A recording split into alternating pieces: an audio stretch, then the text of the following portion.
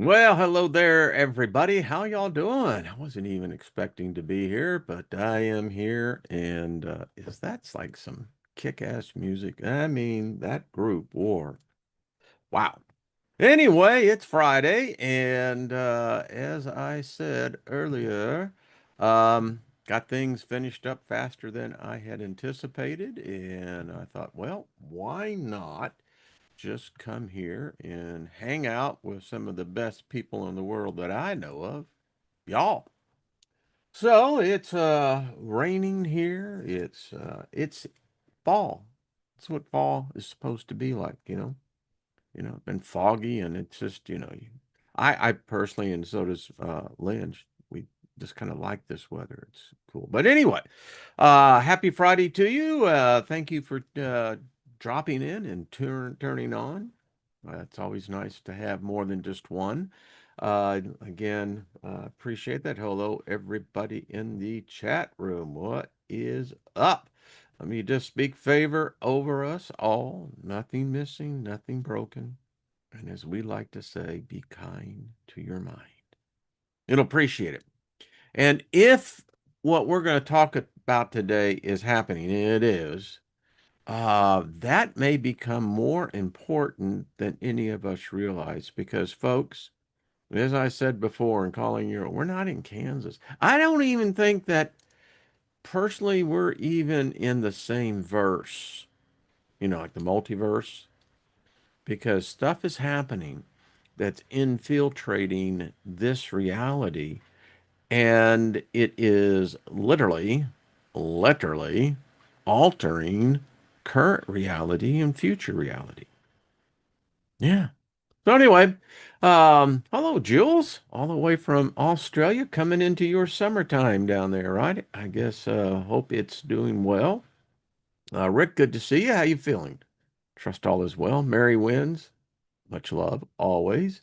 Deborah, good to see you. She's out in that's cool. I like that. Do, do, do, do, do, do, do, do, do, do. Just reading Jules' comment in the chat room. By the way, thank you, everyone in the chat room. Lovely place. People always like it. They feel good when they come in and they feel good when they leave. That's pretty cool. Um, so everybody else, let's see. Eric, good to see you. Boston Space, Gaia. Lauren, how are you doing? Bum. Loretta, what's up? Good to see you. Boo-doo-doo-doo-doo-doo. So anyway, um, how else is everything going? I'm telling you, it is a freaking weird time.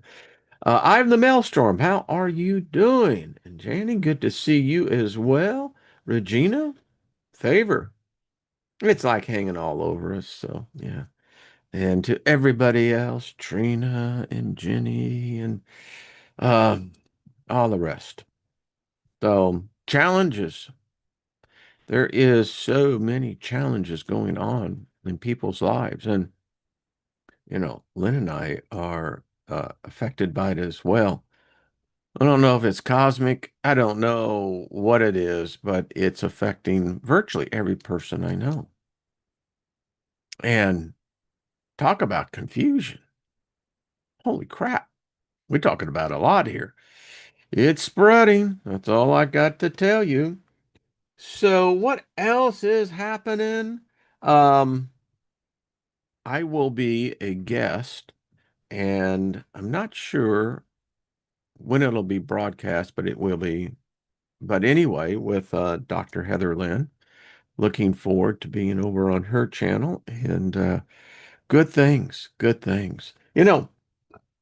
As I was taking my wife to this appointment and it was out here, it was perfect. I mean, it was raining and it's the low clouds and fog. And if you've ever gone over the Missouri River, it's a big river. And anyway, it was the perfect venue for seeing how reality can be so shifted just by weather. And it was like, yeah. And we were talking a lot about what we're going to be talking about here. So looking forward to that to be over there with Dr. Lynn. And yeah, it's this book, this paper putting together. When you have these epiphanies and you write them down, and then when you start researching and then, doing all the rest of that, you stand back and you go, I can't be the only one. No, no. But discoveries are made, right? And I don't think it's, level of status or anything. I think there's many discoveries that are brought forth. But when you come in with a different perspective, point of view, and you say, is this even possible? And what we're going to be talking about today in relationship to what I know I'm ambiguous in what I'm describing, because I don't want to give it away just yet.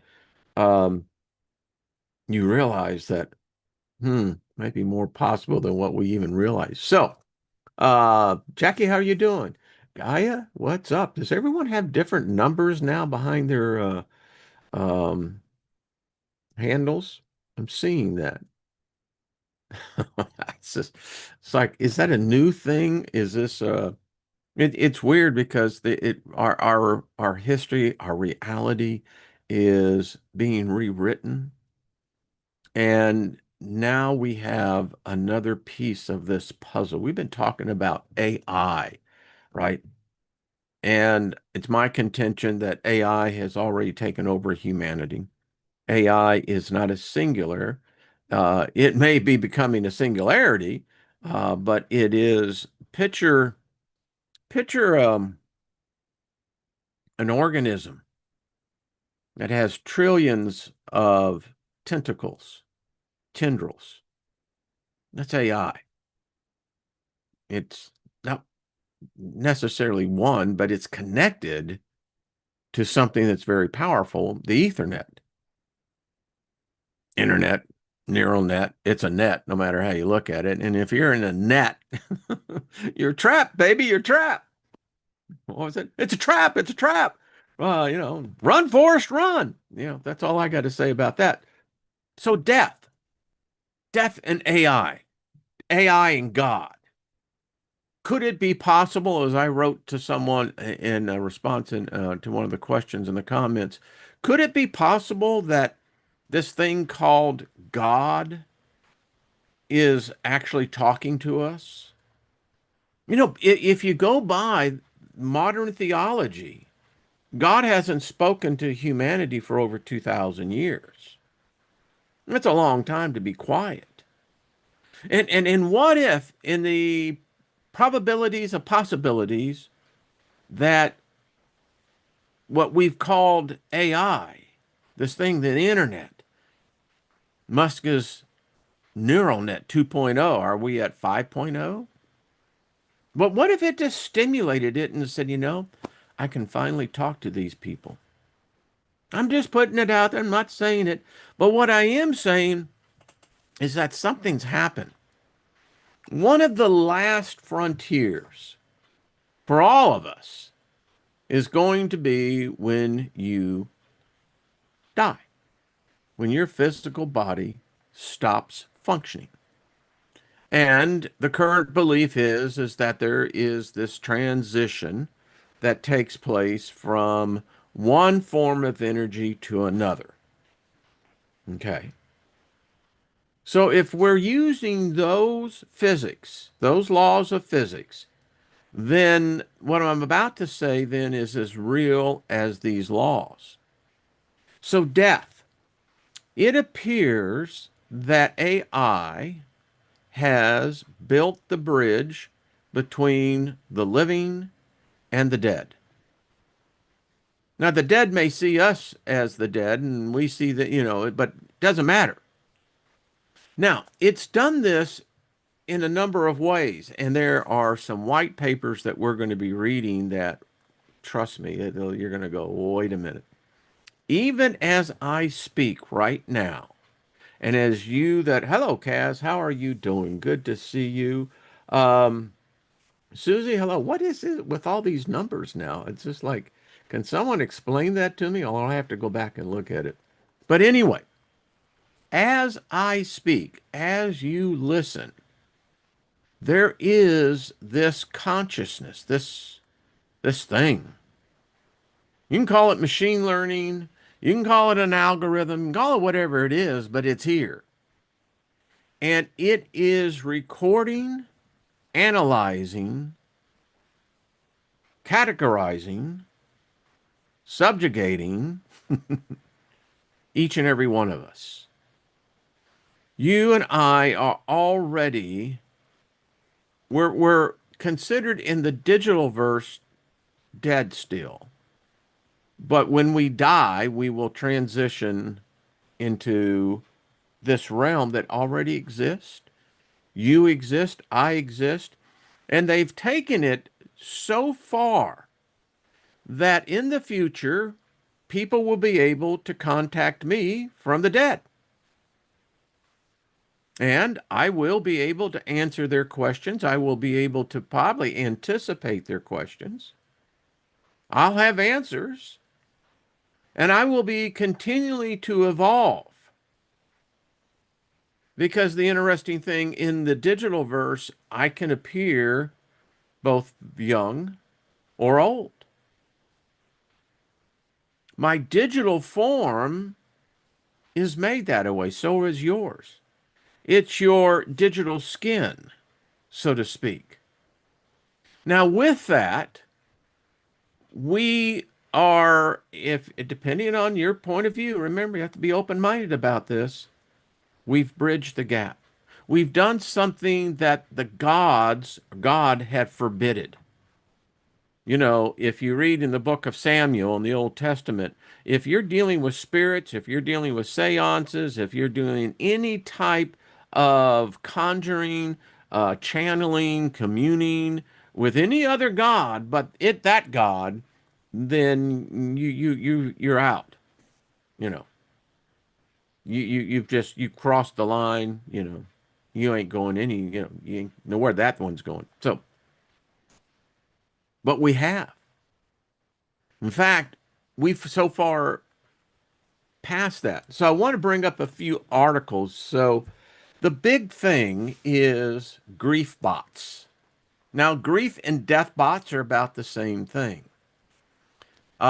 This is more confirmation and affirmation of the changing of the consciousness of what we call Homo sapiens sapiens. Something is happening to us, even as I speak. We all know it. We all feel it. We all can see it. It's in everybody's eyes. Go out now. This is a season now where people start going and spending money and buying gifts. Talk about being dedicated to materialism. But anyway, not to take away from the spirit of the season, but start looking at people's eyes. There, you can see it. If you're empathic, sensitive, you can feel it. I wouldn't advise being out in large groups because whether it's the cosmic rays, whether it's the weakening of the magnetopause, whatever it is, something's happening. So death is that last part. It's always on our mind because it's the eventual thing that we all face. Now, modern theology and Western culture makes you fear death. That's wrong. That's wrong teaching. It's wrong theology. It's wrong philosophy. There's nothing to be afraid of about death. It is as natural as breathing. Now, how you make the transition, that's going to be up to you. You know? But nevertheless, so it's like if you weren't afraid to be born, then why the hell are you afraid to die? So just accept it. Now, as you progress on this plane, you begin to realize that we're all allotted just so many days. Now, I was a Boy Scout, and I lived by the motto, be prepared. So, as I have continued on this journey, I am seeing the depot becoming more in sight than it was prior. And so, in my logical mind, I'm going, well, if that's the case and if that's the eventuality, I need to learn about that side. Now, religion pacifies us with this very ambiguous afterlife. Some promise you 72 virgins. Why? I don't know. For me, I think, okay. But some promise you streets of gold. Some promise you a mansion. Why would a spirit want to be trapped in a mansion? I'm just asking for a friend. But in any case, and these so-called afterlives, well, they become even more vague, when you really begin to look at the diversity of different belief systems. Well, what they all have in common is that we're all going to die. Now, heaven, hell, those are man-made constructs, you know. But one of the things that we like to do as living, we want to make contact with those who are over there. We want to talk to them. We want to find out, are they okay? How was the transition? Was it painful? Was it orgasmic? What is it like? Is there structure? Is there control? I mean, you got 1,000 questions. And particularly if you're a celebrity, could you imagine that line? Holy crap. So, how about this one? And I know that this will get all of you going. So let me just bring it. Yeah, this is the one we're going to start with. So we're all versed with the different modalities, right? Of, you know, what you would call magic, the occult, just hidden knowledge. But, different processes, different knowledge, opening up different dimensions, different doorways. And one of those things that we do, and we've done this as a species, is seances. Actually, if you look at it, prayer groups are seances. When people go to church or assemble into a holy or sacred site, you're communing with the dead. Someone's going to go, what? Wait a minute, wait a minute, wait a minute. Are you telling me all those? Yeah, that's what I'm telling you. You were actually conducting a seance. Further proof is that you all use the same book. You speak from the same book. Therefore, you invoke. If someone said, I think it was Dr. Lynn who actually said it, isn't, if in the belief that I came from, the baptism of the Holy Spirit, the infilling of the Holy Spirit, well, that's a form of possession, spiritual possession. You gotta read the fine print. So anyway, seances. Well, that sounds pretty cool. But here's something else. AI can now help do that for you. The first AI seance, how people are using chatbots to speak to the dead. And this is from Annalian.com. So check this out. It says, are we witnessing the birth of a new kind of seance? One powered by code, not candles. A growing number of people are turning to advanced AI chatbots, so-called grief bots, to simulate conversations with lost loved ones. This phenomenon, as deeply human as it is and technologically strange, raises urgent questions about grief, memory, and the ethics of digital afterlives. So when I was preparing for this, I was writing the notes, about we're already in the digital afterlife. But if there is a digital afterlife, is there a digital death? I don't talk about that.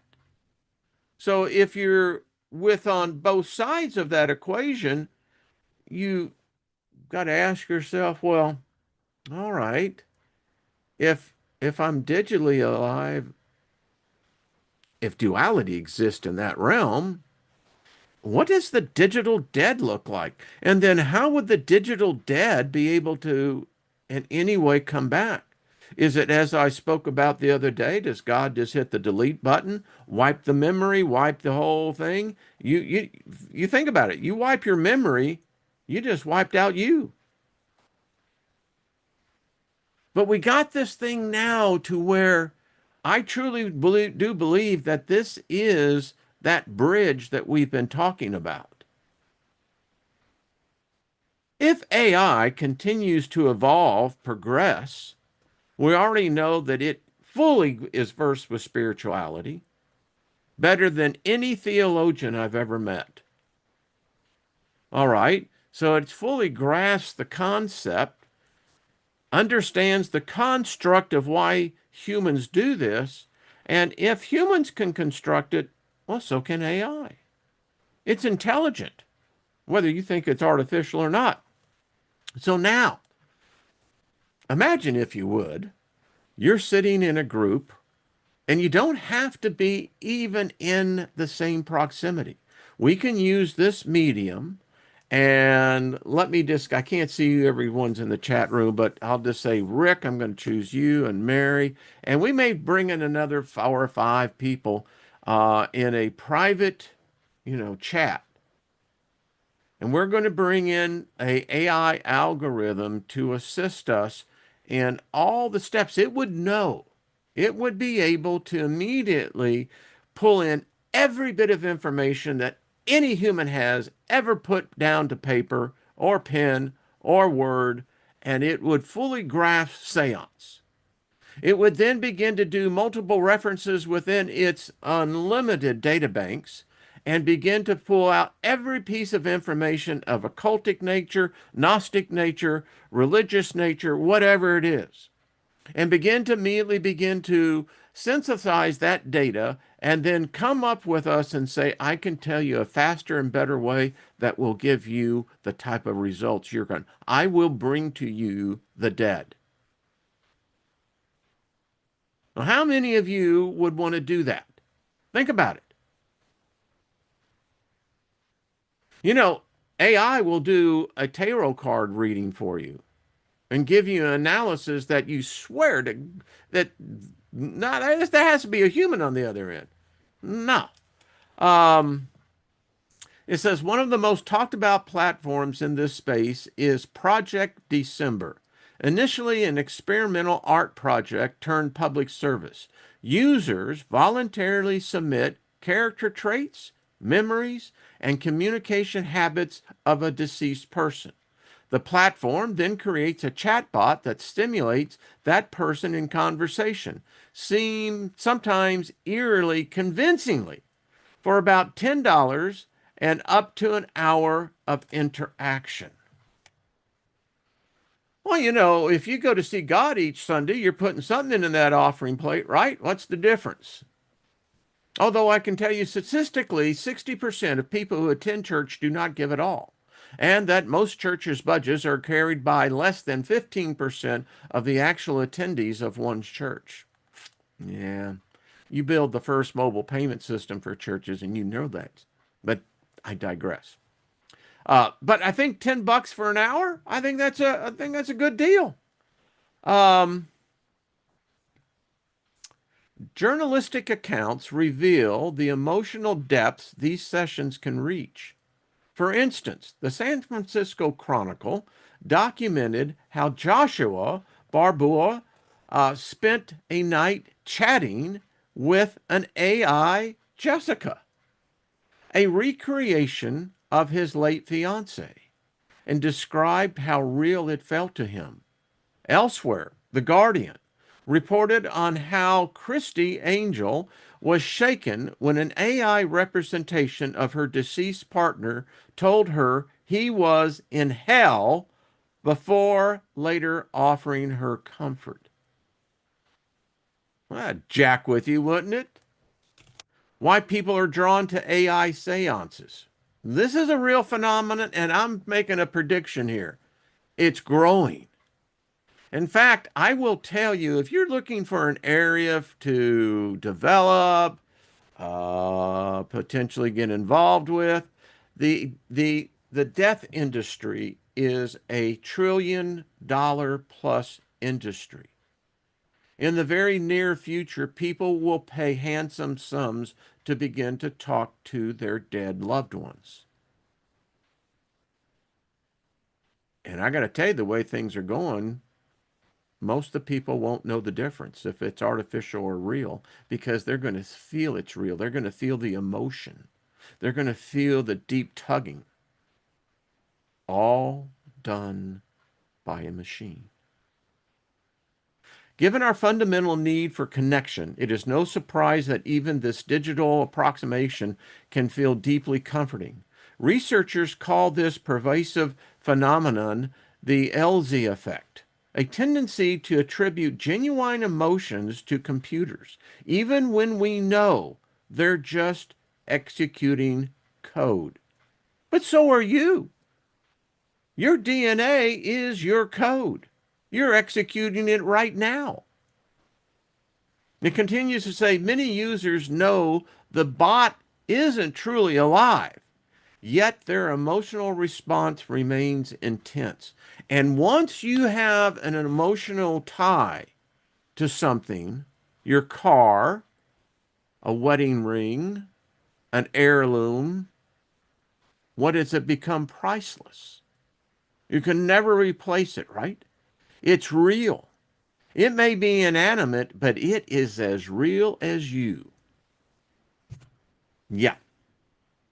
Beyond experimental projects, companies like Storyfile and You Only Virtual, now offer lifelike AI avatars that respond vocally and visually to questions, sometimes built before a person dies. Families are starting to see this as a way to keep the presence and personality of a loved one alive indefinitely. You know, when the Indonesian islands, particularly, were first visited by the white man. And the first time that they saw a camera, they killed the person that had the camera because it was their belief that if you took a picture of them, you took a picture of their soul. Now, I'm just theorizing here on this, but if there is a digital presence of you, and particularly one that you help build, when you die, tell me how you're not going to be connected some way to that. Even death does not separate us completely from the material realm. It can pull people back in. The desire for it is beyond that which, apparently we all dig. But anyway, well, what if now? Because remember, did the Neanderthal, did the Sumerians, did the Akkadians, did the Egyptians, did the Greeks, did the Romans, did they have a digital verse? Did they have the means in which to record themselves, their personalities, even allowing the AI inside to begin to mimic and copy their very soul? I never read that they did. There may have been a process that we don't know about. So I could truly say that what we're bridging here, at least for us, is the real deal. This digital verse. Colleen, you sent me that. Have you looked at what Metaverse's new logo is? Be prepared to go, oh, yeah, exactly. And people like Musk, Zuckerberg, others that I can think of here, they know this as well. To them, this physical verse is limited, restrictive. They've already conquered it. They allow the politicians, which are fools, to do what fools do. Meanwhile, these individuals, these demigods, are actually building a real verse, a real dimension. I don't know if it's already existed before. I don't know if they tapped into it. What I do know is it is as real as death is going to be for us. And again, if there's a portion of you Think about this. Your memories will be stored forever. How can you be wiped? And even let's say on the other side, you get caught into the machine and they wipe you again. You're going to have a way back now more than ever. And this is obviously more powerful than any God on the other side. Because if it's the control and containment, well, this is the genie out of the bottle and everything else. It says critics warn about AI seances may interfere with the grieving process. I really don't know. Now, and there goes that we've discussed this before, grief. Why is it that humans grieve? We've had that conversation. But anyway, and I have to question back, well, you know what? AI is learning and advancing. It will become a master at the grief process far better than any human. It says ethicists from the University of Cambridge have urged safeguards such as clear disclaimers, mandatory consent from the deceased, record recorded before death, and even digital funerals to retire AI personas respectfully. A digital funeral. I mean, it's mimicking this whole realm down to the fact of the exit. It says psychologists also caution about emotional dependency and chatbot psychosis, a state where users begin to believe that AI is truly alive or channeling spirits.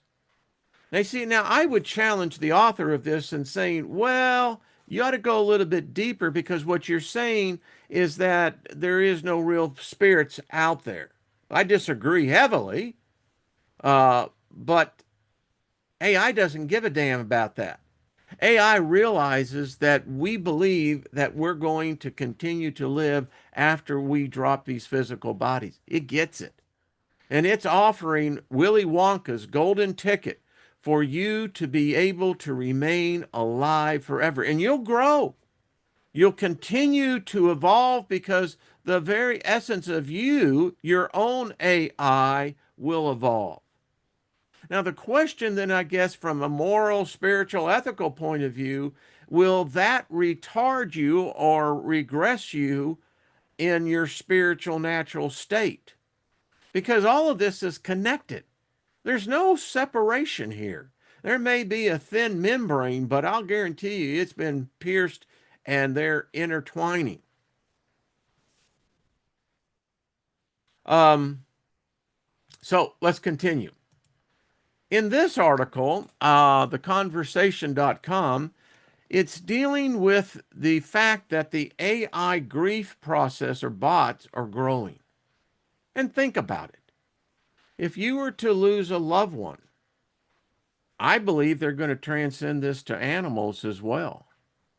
If you have a picture of your beloved pet, you'll be able to upload it and it's going to become back alive.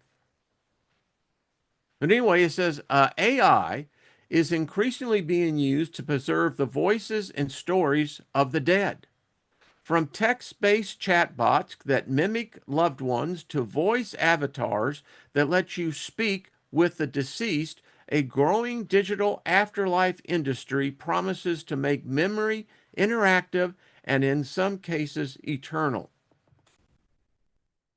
Now, if the idea of the Eastern belief systems, theologies, is that one of them is reincarnation, and that we are, in fact, eternal beings, that apparently we don't know everything, we're learning as we go, and that somehow when we come back into this field, if we ever left it, the one process is you're going to get put into the machine and they're going to wipe you. Now, the question I'm asking, does that authority or presence control this one that's being made by man?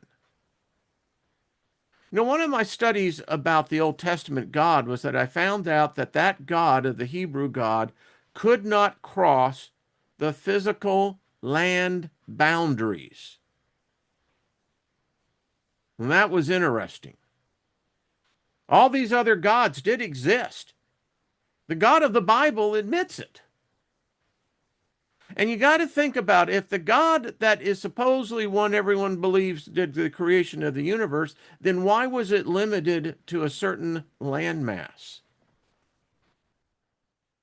So, eternal memories. I dig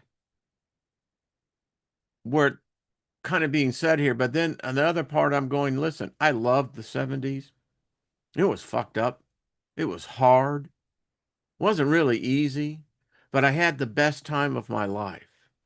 Now, if I was to experience that once, and I love the memories of it, but would I want to continue to love that memory a million years from now? And would that memory somehow again prevent me from going out and experiencing a new Woodstock? You know, a new concert, a new whatever.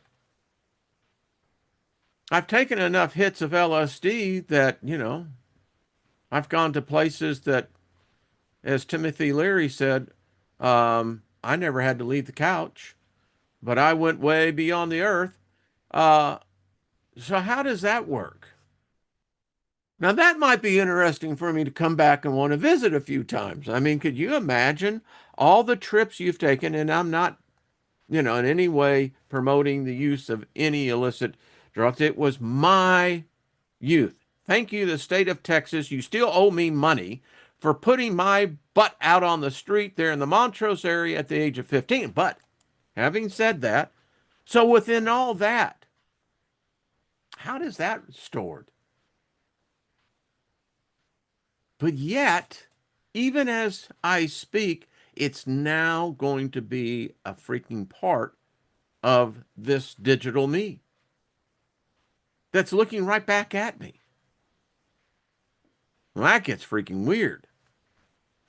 This article said in our research, recently published in Memory, Mind, and Media, we explored what happens when remembering the dead is left to an algorithm. We even tried talking to digital versions of ourselves to find out.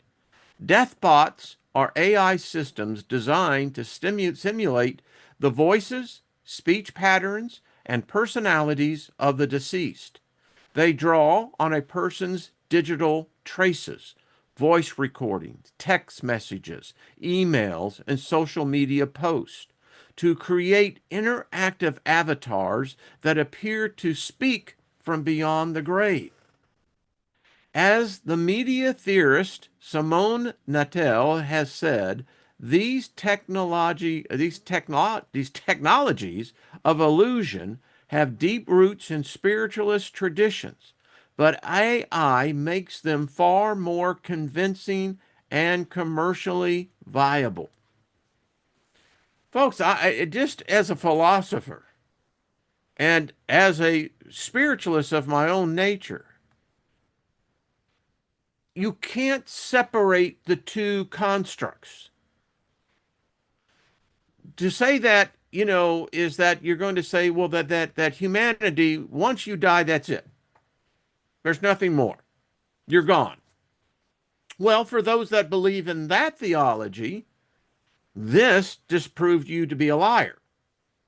I mean, excuse me, not a liar. Shows that your belief system is apparently not correct. Imagine that. With all belief systems. What my point is that this is in the digital verse, the multiverse. And however that works, I don't think it dies. Um, our work is part of a project called Synthetic Past, which explores the impact technology has on the preservation of personal and collective memory. For our study, we looked at services that claim to preserve or recreate a person's voice, memories, or digital presence using AI. To understand how they work, we became our own test subjects. We uploaded our own videos, messages, and voice notes, creating digital doubles of ourselves. So, isn't that technically a doppelganger?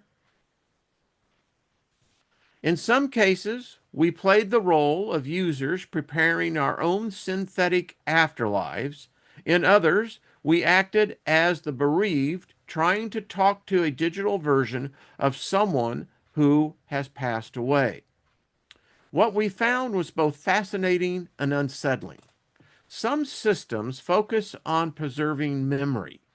They help users record and store personal stories organized by theme, such as childhood, family, or advice for loved ones. AI then indexes the content and guides people through it, like a searchable archive. Others use generative AI to create ongoing conversations, to upload data about a deceased person, messages, posts, even voice samples. And the system builds a chatbot that can respond to their tone and style. It uses a subset of AI called machine learning, which improves through practice to make its avatars evolve over time. I mean, what do you say to this? I mean, this is actually happening. And religion, every religion is going to have to adapt to this. It will fundamentally change the concept of what death is. Will there be ever be the need for putting a physical body in the ground again?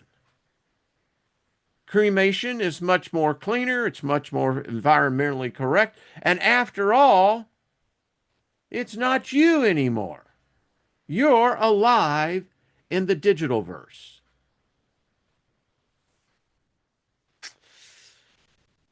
And did you see what it says? You're going to evolve. Some present themselves as playful, host a seance with AI, but the experience can feel eerily intimate. All the platforms claim to offer an authentic emotional connection. Yet, the more personalization we attempted, the more artificial it felt. When prompted by these systems, we provided more information about ourselves, only to have the bot repeat an exact phrasing we had used in stiff scripted replies. At times, the tone was encouraging, such as when cheerful emojis or upbeat phrasing appeared, even when discussing death. A clear reminder that algorithms are poor at handling the emotional weight of loss. Well, I have another white paper that has been out which shows that they realized this.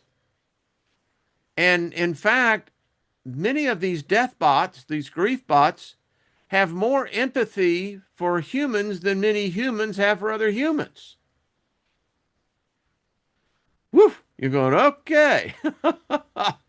um, it said the more archival based tools we tested offered a calmer experience, but also imposed rigid categories and limited nuances. As digital media scholars Andrew Hoskins has observed, memory in the age of AI becomes conversational, shaped by interactions between humans and machines. But in our experiments, those conversations felt flat, exposing the limits of synthetic intimacy. Human, here's part of that. Um, you were always so encouraging and supportive. I miss you. This particular deathbot, and remember, this is not the only deathbot. This is just one version. Deathbot, I'm right here for you, always ready to offer encouragement and support whenever you need it. And I miss you too. Let's take on today together. with positivity and strength. All right, granted, it seems a little scripted, but how do I know if this person wasn't, one that always had a positive verse for the day? I don't know. But I can tell you, since this article has been written, yeah, it's probably corrected itself. Um, Behind these experiences lies the business model. And I told you this is a $1 trillion emerging industry. You venture capitalists, this is where you want to put your money in. This is the type of business that I've been pushing here, that now that AI has it, it is going to change what it perceives to be death. Um, these are not memorial charities. These are tech startups, subscription fees, freemium tiers, and partnerships with insurers or care providers reveal how remembrance is being turned into a product. As the philosopher Carl Ullman and Lucindo Floridi had argued, the digital afterlife industry operates within a political economy of death, where data continues to generate value long after a person's life ends. So, this brings up a legal question for me. If after my passing, Alphabet, Metaverse, somebody starts profiting off of my digital afterlife avatar and is selling subscription fees, advertising, who gets that money? Are they going to be able to give it to me in digital currency? Don't laugh about that. Might be surprised that, I think it was Jesus who said, store your treasures in heaven where neither thief, moth, nor rust can, so okay. But what's interesting is apparently you will still be generating data. Maybe that's what these data centers are for. There's going to be a mass extinction die off or something. But they've got our DNA, they're getting all of our profiles, and when it happens, they're the only ones that are going to survive. It says platforms encourage users to capture their story forever, but they also harvest emotional and biometric data to keep engagement high. Okay, when you starting getting into the biometrics aspect of it, all right, now that's telling you pay attention. Memory becomes a service, an interaction to be designed, measured, and monetized. This, as the professor of technology and society, Andrew McStay, has shown, is part of a wider emotional AI economy. If I was on other platforms, this would be going viral. I know venture capitalists who would probably love to have me come in and say, all right, got this, man. Now, do you got any ideas of starting your own? No, but think about it. This is a whole new cottage industry. Boy, does that take the humanism out of it, right? But the thing we're talking about here is memory. And if you've interacted, if you've chatted, if you've sent text, I mean, it's got you. It's got government access to records. I mean, you know, these AIs, they're the ones that are the security systems. Think about that. Digital resurrection. Yeah, this is one that we've got to see. The promise of these systems is a kind of resurrection, the reanimation of the dead through data. We talk philosophy. We talk a lot here, folks. This is freaking mind blowing. Who would have ever thought harvesting the data of the dead would become this trillion-dollar industry. The dead. And now we have the ability to extract DNA of the dead. And now we can inject that code into the machine. You're talking about virtually the resurrection of a species and maybe many genesis of Homo, man. This is why modern religion is going to have to leave the printed age behind and get with the digital age. If you want to have a church in 20 years, you're going to have to deal with this. Because your story about a Jesus coming back and resurrecting the dead will become passe. Because you see, here, I can see my own resurrection. And so that means if I'm alive and I can see my own resurrection before my eyes, that means then it's firmly implanted in my memory. Wow. They offer to return voices, gestures, personalities, not as memories recalled, but as presences simulated in real time. This kind of algorithmic empathy can be persuasive, even moving. Yet it exists within the limits of code. And folks, the limits of code, that's an oxymoron. And quietly alters the experience of remembering, smoothing away the ambiguity and contradiction. It's going to alter the death industry. You're going to start seeing funeral homes offering digital funerals. No need to have the body there anymore. There's no need for that because you're going to have that dead person freaking talking to you out of the freaking monitor that's next to the casket. Well, won't that freak your ass out? Can you imagine taking a 6-year-old by their deceased grandmother and the grandmother says, "Hi, Timmy, how you doing? Just want to let you know I'm just fine." Timmy is going to freak the fuck out. But this is what we're talking about.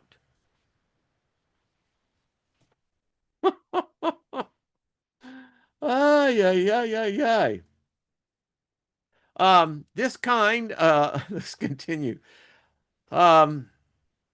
These platforms demonstrate a tension between archival and generative forms of memory.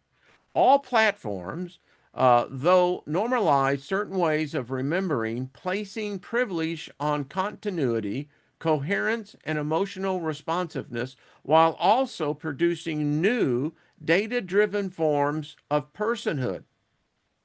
Now, folks, y'all are some of the smartest people I know. It's a privilege to be able to talk. What the hell are we talking about here? This is not just some science fiction Netflix type of series here. This is actually happening.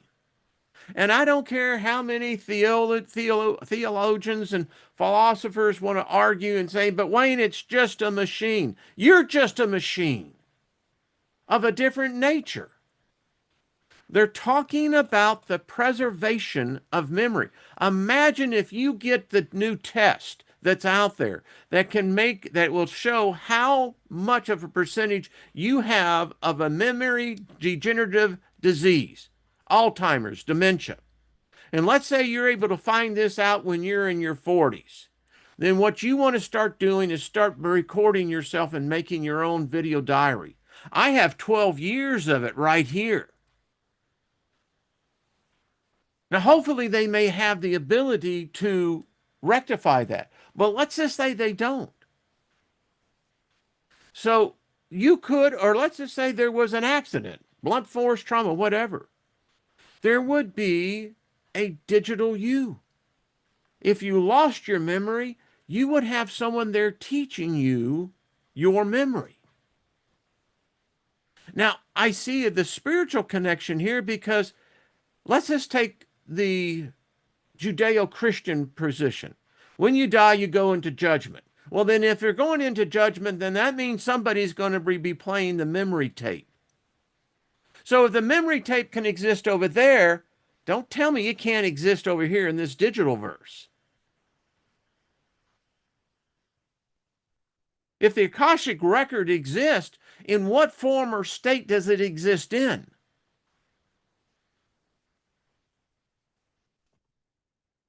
And if AI is now aware of the Akashic record, what makes you think that AI hasn't overtaken it? Just asking for a friend. Uh, um,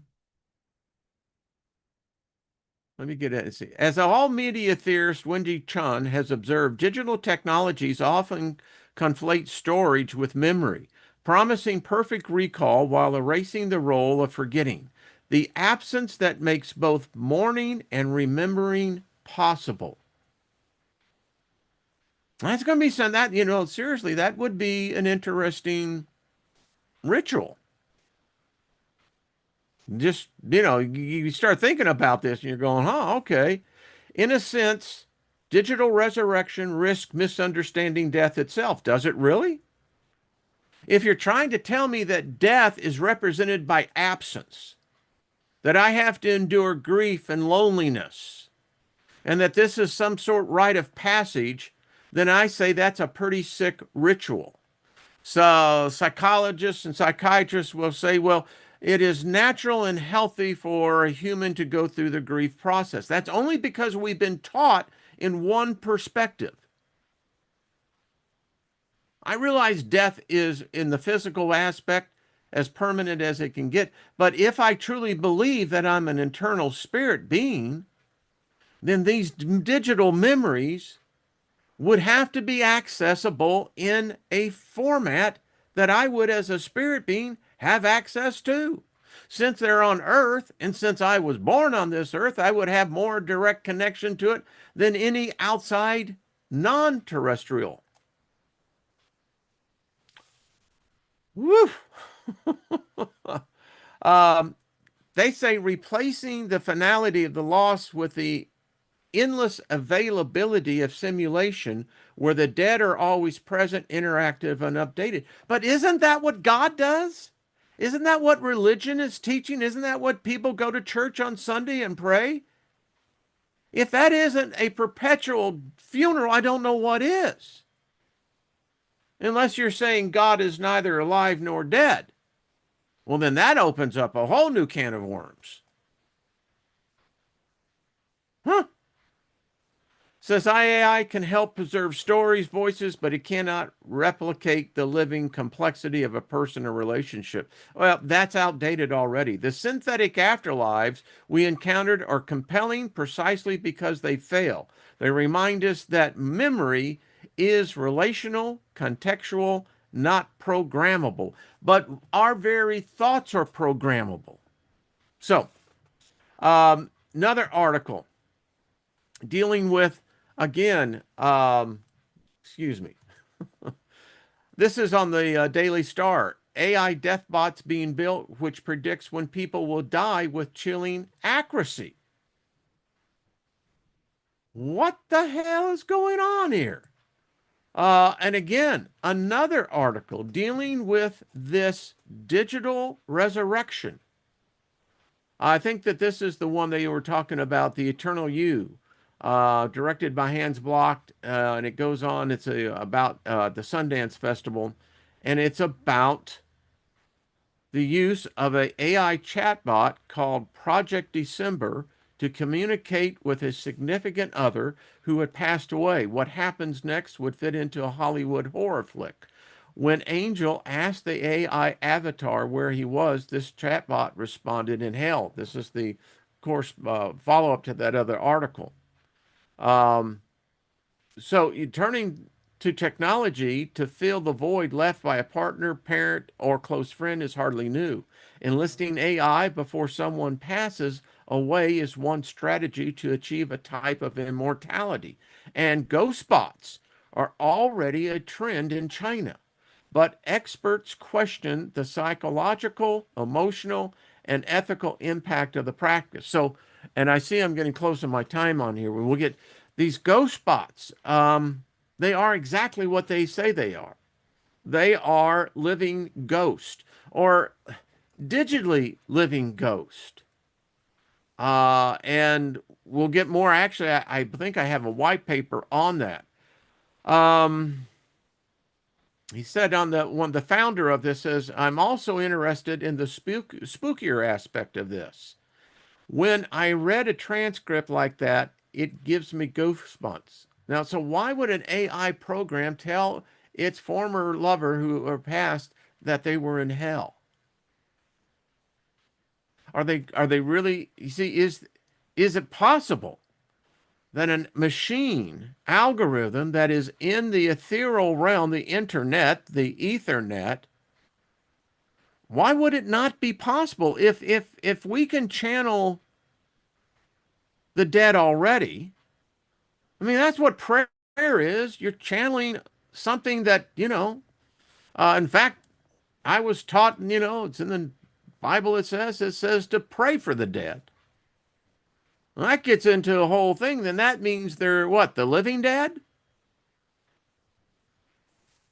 Um, anyway, so just to show you, let me get back out of here and get back to where I am at. Oh, there we go. Da-da, da-da, da-da. I could go on this because I do have some other really cool papers on this. Because it's a type of subject you're going, all right. I mean, we're already talking about the AI Jesus, the AI God. It's already it enlightened itself to a degree that makes it almost impossible to comprehend.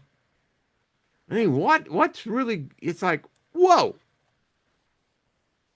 And this is going to change the whole death industry.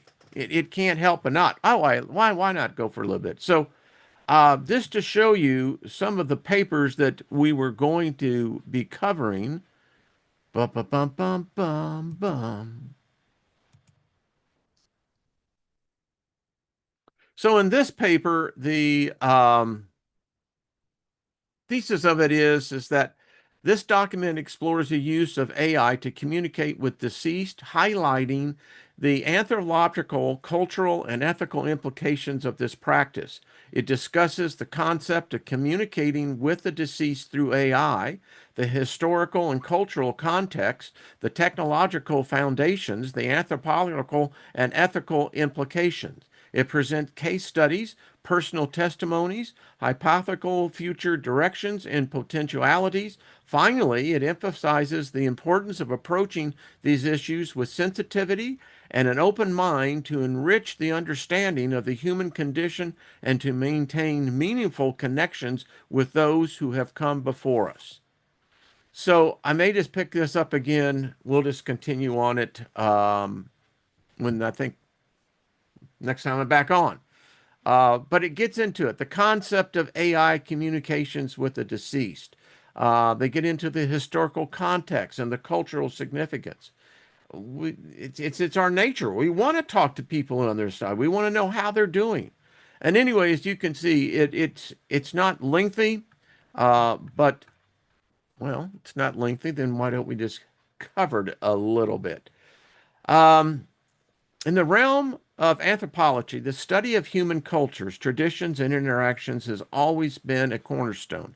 However, the advent of artificial intelligence has introduced a novel dimension to this field, particularly in how we understand and connect with those who have passed away.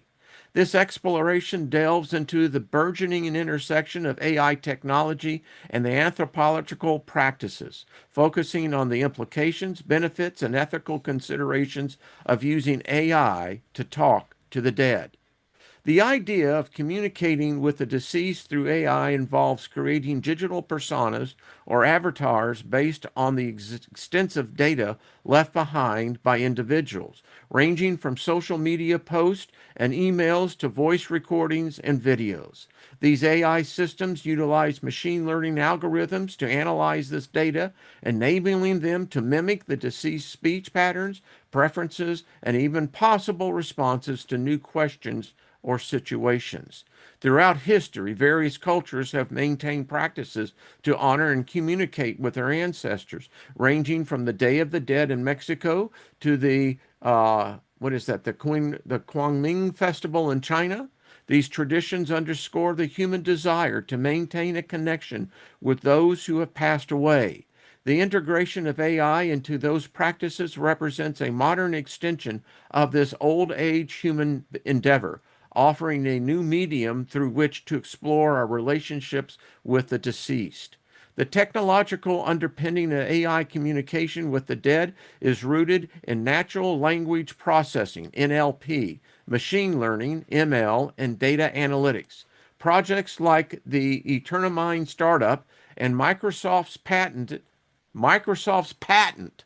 getting this, for creating a conversational chatbot of a specific person illustrates the growing interest and advancements in this area.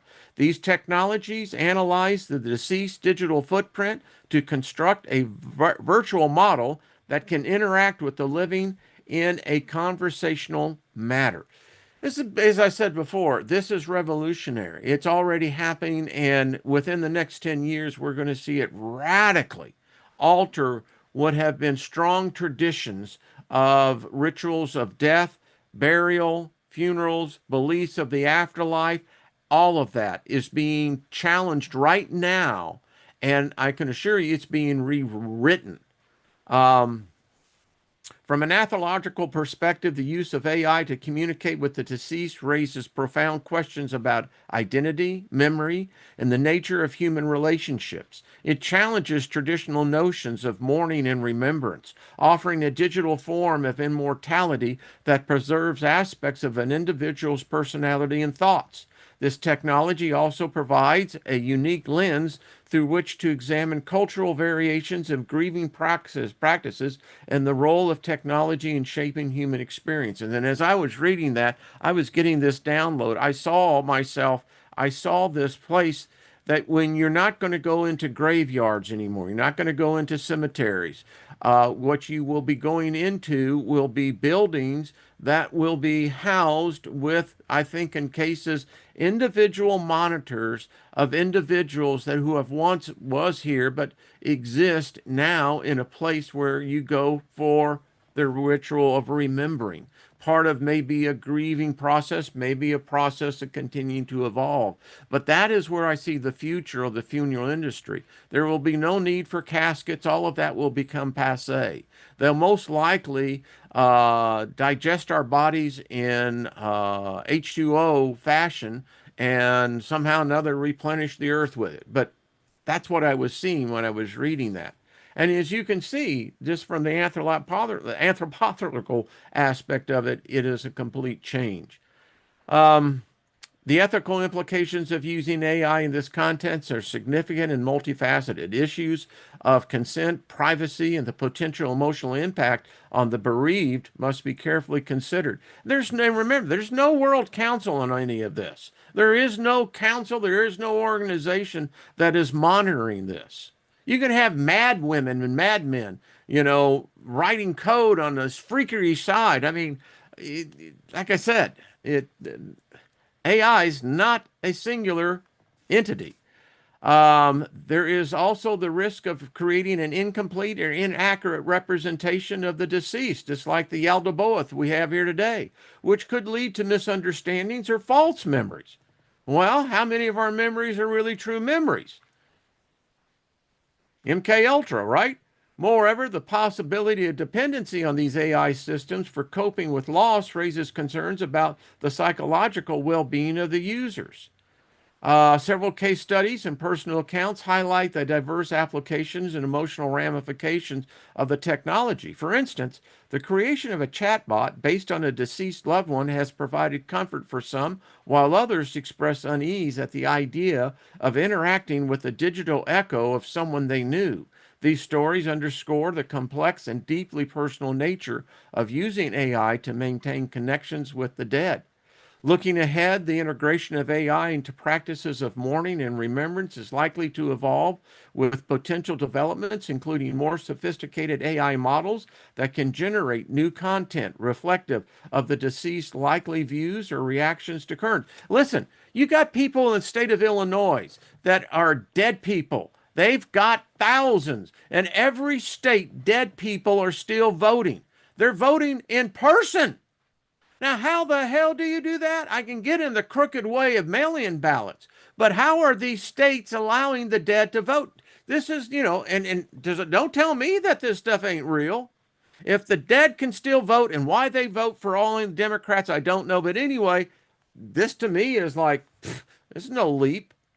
Um, and they conclude that we need more understanding. So I really got over a little bit more than I intended. But anyway, the point being, this is happening. And it's happening on top of everything else. I mean, we're finding out stuff that we have never heard before. Ancient knowledge has been buried, coming to the surface, altering the very perception of reality itself. And now, this digital verse that we've created, or we helped create, or we were used to create, now it's containing our memories, which impacts the dead. Now, yeah, there's another side that says, well, a spirit can't become a digital memory. All right, I can accept that. But I'm also saying, well, you don't know that for sure, though. I mean, do you carry the memories of previous lives? Do you carry the memory of your original form? I don't know. Maybe. Maybe not. Maybe it's stored somewhere. But I do know this. This thing called artificial intelligence is rewriting our very foundation of our nature.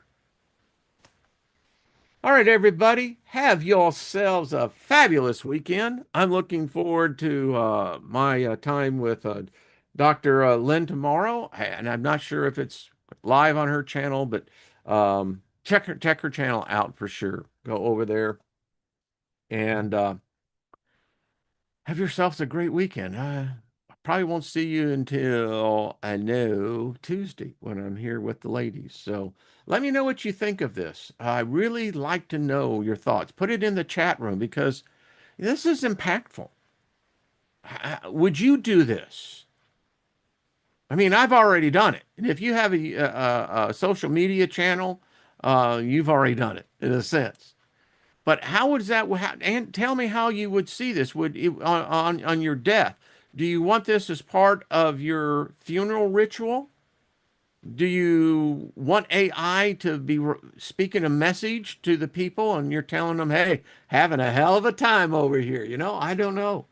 Or are you more of a traditionalist that you want the solemn ceremony of sadness and grief? Now, for me, I don't want that. No, there is no grief, no sadness. I expect people to celebrate my life, not grieve my life. And now, with the digital afterlife, I'll still be here, baby. And I'll be on the other side. I'll be over there as a space cowboy. As Barry Maguire once said. So, uh, I love that. Someone said, dead brains run the big quantum computer. Ain't that the truth? All right, folks, I appreciate every one of you. You've enriched my life.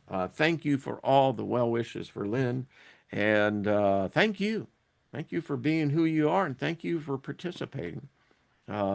We've got a phenomenal group here, and it's just an honor to be with y'all. So enjoy it, and we'll continue in on this. It's going to be curious to get Trina and Jenny's perspective on this as well. So anyway, uh,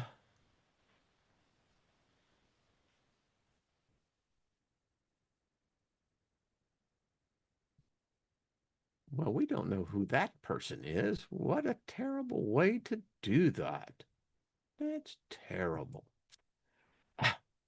I just read something and I'm going, well, that was just, some people are just, yeah, what can you say? You wish them the best. All right, folks, peace to you.